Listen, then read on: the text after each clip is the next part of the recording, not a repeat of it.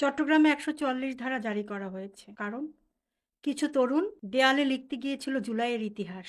কিছু মানুষ গ্রাফিতির মাধ্যমে বলতে চেয়েছিল সত্যের কথা। কিন্তু একটা প্রশ্ন করি, দেয়ালের রং মুছে ফেললেই কি ইতিহাস মুছে ফেলা যায়? বাংলার মানুষকে কখনো দেয়াল দিয়ে আটকানো যায় না। যেখানেই অন্যায় হবে সেখানেই প্রতিবাদের দেয়াল গড়ে উঠবে। আর হ্যাঁ, কান খুলে শুনে রাখেন, আপনারা যারা জুলাইয়ের রক্তের উপর দাঁড়িয়ে জুলাইয়ের কারণে ক্ষমতায় এসে চোখ বন্ধ করে মনের আনন্দে গাদ্দারি করতেছেন, বাংলাদেশিরা তো বটেই, আমরা যারা প্রবাসে তারাও কিন্তু বসে থাকবো না। বিদেশ থেকেও গ্রাফিতি লেখার উদ্যোগ নেওয়া হবে। কারণ এটা শুধু দেয়ালের লড়াই না, এটা স্মৃতি রক্ষার লড়াই, সম্মান রক্ষার লড়াই, এটা ভবিষ্যৎ প্রজন্মকে সত্য জানানোর লড়াই। যেসব জুলাই যোদ্ধাদের আটক করা হয়েছে তাদেরকে অবিলম্বে মুক্তি দিতে হবে। কারণ মত প্রকাশ কোনো অপরাধ না, প্রতিবাদ কোনো অপরাধ না, নিজের ইতিহাস লিখতে চাওয়া কোনো অপরাধ না। আরেকটা কথা মনে করিয়ে দেই, আপনাদের তো মাথা ভর্তি গোবর, মনে কড়ায় না দিলে, মাথায় ঠুয়া না মারলে আপনাদের বুদ্ধি খোলে না।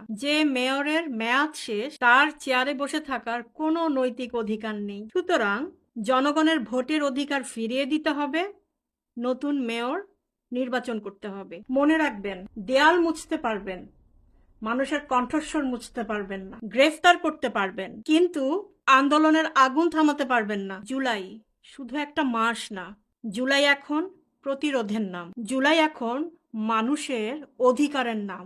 ইতিহাস কখনো মুছে যায় না।